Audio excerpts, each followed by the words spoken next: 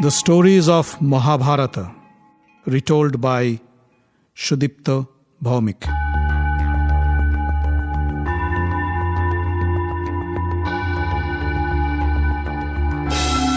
Welcome, dear friends, to another episode of The Stories of Mahabharata.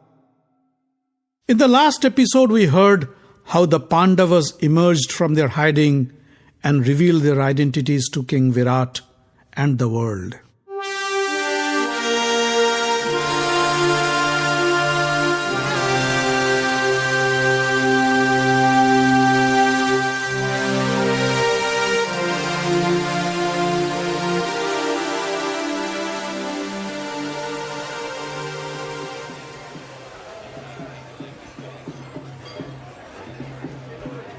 The day after Uttara and Abhimanyu's wedding, the Pandavas, along with their friends and relatives, assembled in the palace of King Virat.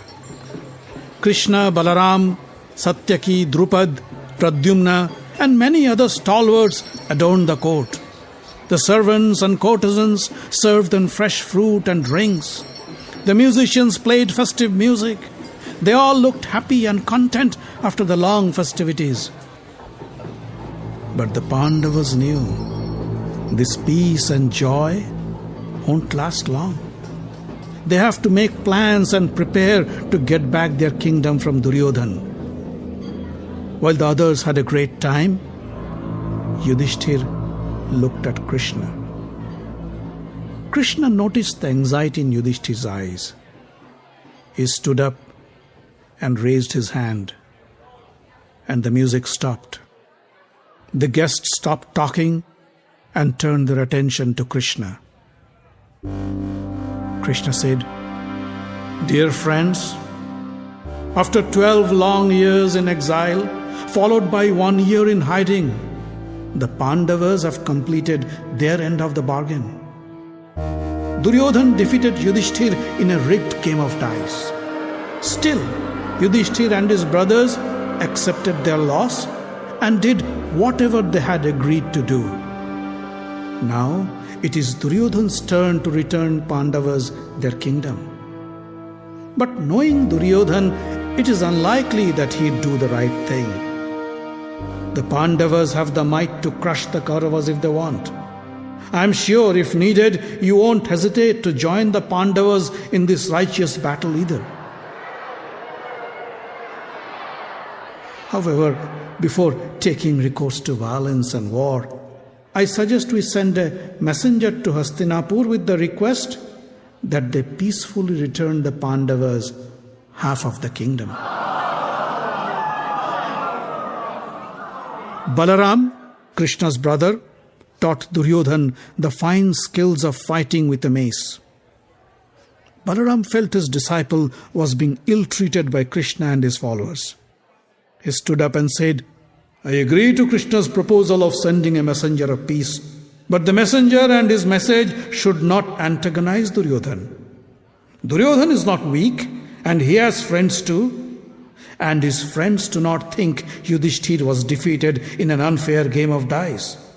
It was Yudhishthir's fault to accept the challenge when he knew he had limited expertise in the game. Shakuni is a skilled player, and he defeated Yudhishthir fair and square. I don't understand why Duryodhan is always blamed for Yudhishthir's folly." Satyaki didn't like the way Balaram tried to defend Duryodhan. He said, "How could you say the game was fair? A game is always played between equals. Duryodhan knew Yudhishthir was an inexperienced player and he was never a match for Shakuni. Still, Yudhishthir accepted the defeat with grace and fulfilled his promise. Now it is their turn. Why should the Pandavas beg for what they rightfully deserve?" Drupad, the king of Panchal and the father-in-law of the Pandavas, now stood up to address the gathering.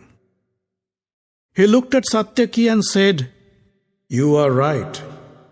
A vile person like Duryodhan would never give back the Pandavas their kingdom without a fight.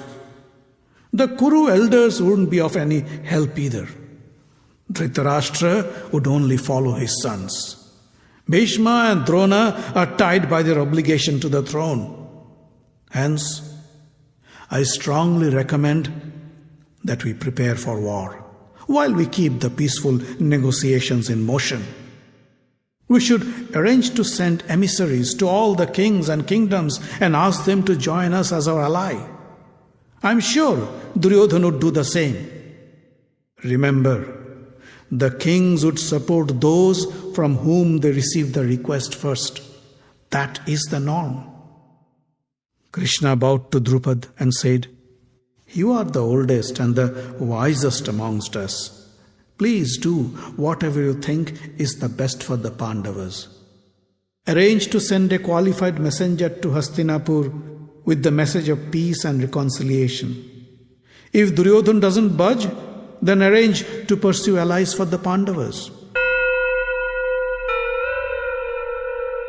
The meeting ended with that note. Krishna, along with his contingent, went back to Dwarka.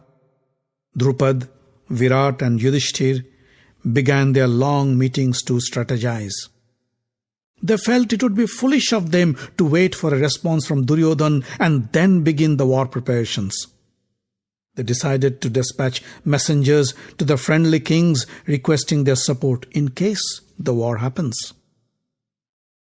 Drupad called one of his senior-most ministers and said, "You know the history of the Pandavas and the Kauravas. I entrust you with the job of delivering the message of peace to the Kuru king Dhritarashtra and humbly request him to return the Pandavas their half of the kingdom. If you can convince Dhritarashtra, then there is a possibility Duryodhana might change his mind. Vidur would support you and so would Bhishma and Drona. But if you can convince enough of the advisors and ministers that they should refrain from war, then it would be difficult for Duryodhana to get them back in line. We could use that time to increase our strength and gain more allies. Do you understand?" The minister smiled and said, "Don't worry, my king. I will do my best." Saying so, he prepared to depart for Hastinapur.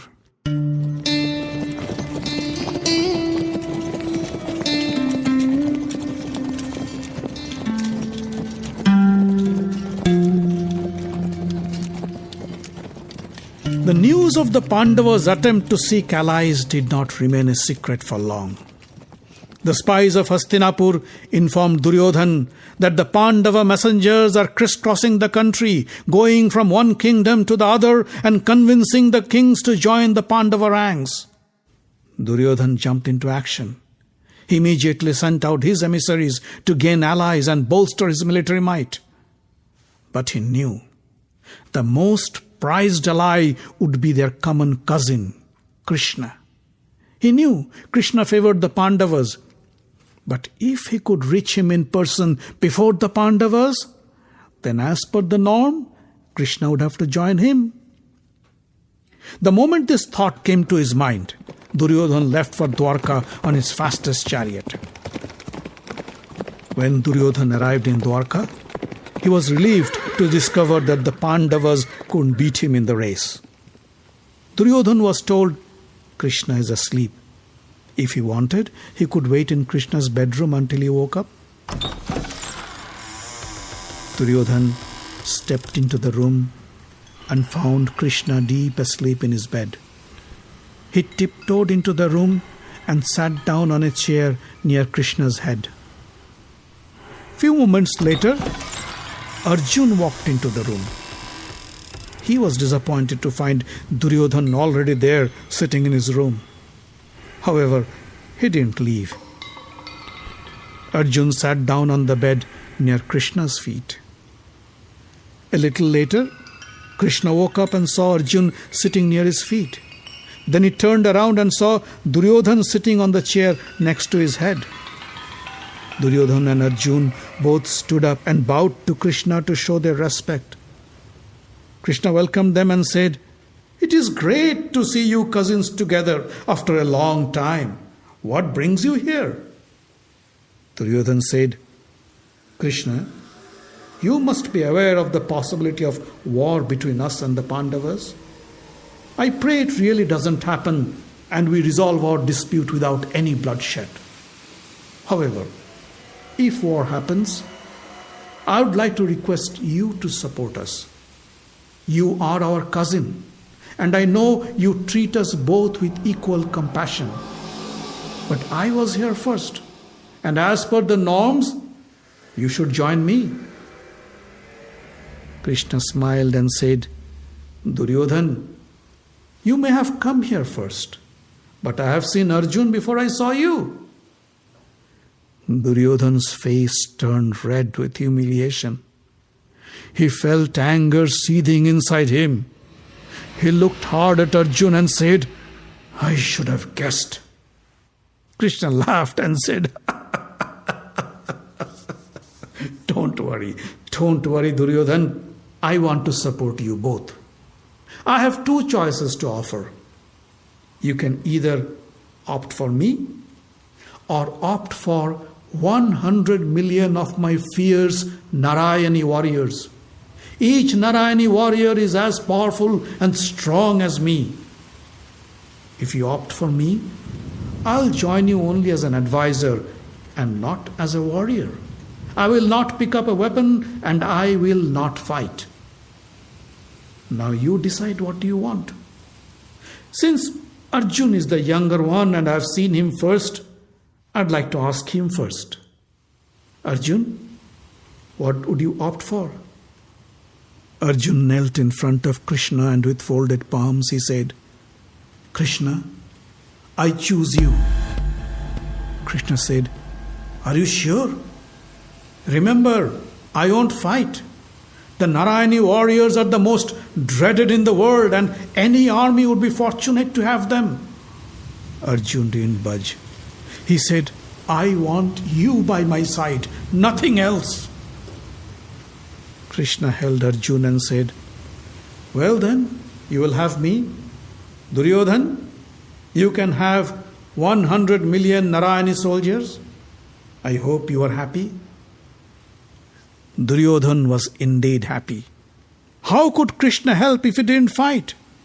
He bowed to Krishna and said, I humbly accept your offer. Thank you, cousin.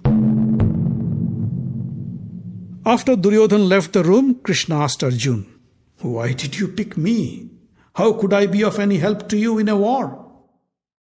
Arjun smiled and said, I have always wished to have you as my charioteer. With you as my charioteer, I can conquer the world. Krishna embraced Arjun and said, So be it. I'll be your charioteer and fulfill your wish. After leaving Krishna's quarters, Duryodhan went to visit his guru, Balaram. After paying his respects, Duryodhan asked Balaram for his support. Balaram said, My dear Duryodhan, I tried to defend you at the meeting we had in Virat's court, but Krishna didn't listen to me. Trust me, I am not at all happy the way they treat you. But I can't leave my brother Krishna either. Hence I decided I won't support either of the parties. Although he didn't get Balaram's support, Duryodhan left Dwarka feeling good about this trip. He thought, with a neutral Balaram and an unarmed Krishna, he has already won half the battle. The 100 million Narayani soldiers would do the rest.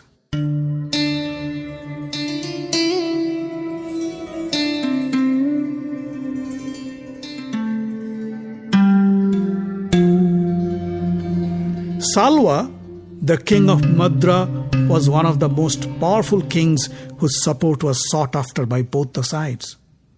The Pandavas were his nephews, since the late Queen Madri, mother of Nakul and Sahadev, was his sister. Salva longed to see his nephews, the Pandavas, and was on his way to the city of Upaplabhya. When Duryodhan came to know of this, he hatched a plan. He instructed his men to build several rest camps on the way to the Pandava retreat. The camps were beautifully decorated and loaded with delicious food and drinks. Musicians and acrobats were hired to entertain the tired travelers. Duryodhana's men invited the king and his entourage to the rest camps whenever he passed them. Salva and his men couldn't avoid the invitation, and they were treated like gods. Pleased with the hospitality, Salva asked, "Who built these wonderful rest camps? I wish to reward him." Duryodhana was waiting for this opportunity. He stepped out and bowed in front of Salva. "Uncle Salva, I am glad you liked my humble arrangement. It has been my honor to serve you." Salva embraced Duryodhana and said, "I am really pleased. Ask me anything you want, I will give it to you." With folded palms, Duryodhana said, "O king, if you wish to reward me, I have a humble request. Please, take charge of our army and lead us in the forthcoming battle."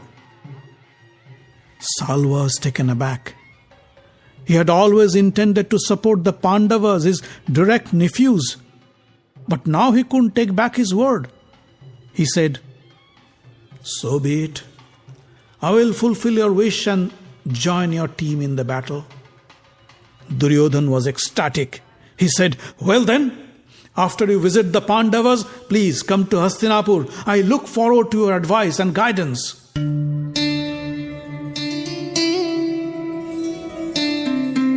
Salva reached the Pandava camp and described the incident to Yudhishthir. Yudhishthir said, "Uncle, I would never ask you to take back your word, but I would like to request you to do us one favor. When Arjun fights Karna, I am sure you'd be Karna's charioteer. And when this happens, I'd ask you to demoralize Karna and make him weak by whatever means possible. You must do this for us." Salva smiled and said, "Don't worry. I will serve the evil Karna as his charioteer. During the battle, I would pour such vile words into his ears that he'd lose his concentration and his will to fight. He'd lose his powers and Arjun should have no problem in killing him."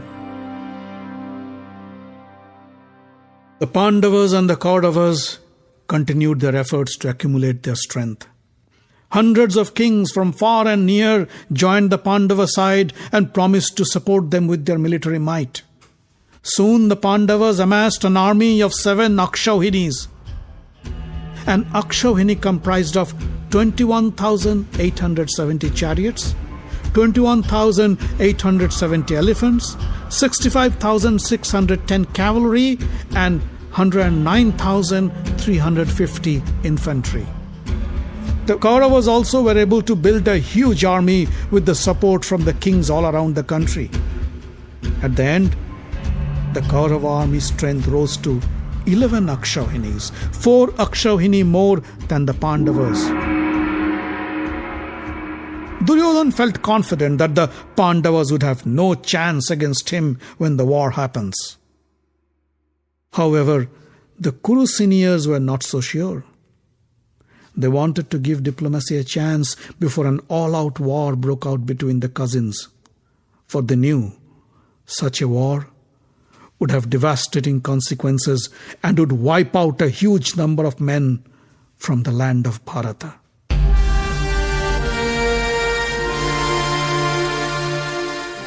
The Stories of Mahabharata is written, directed and told by Sudipta Bhawmik. Audio engineering, original music and sound design by Avi Ziv. Find us online at facebook.com/Mahabharata podcast. Join the group for updates and news. Subscribe to the podcast using iTunes or any other podcast catcher. On Twitter, we are at Mahabharat Audio. The podcast is distributed under the Creative Commons non-commercial license.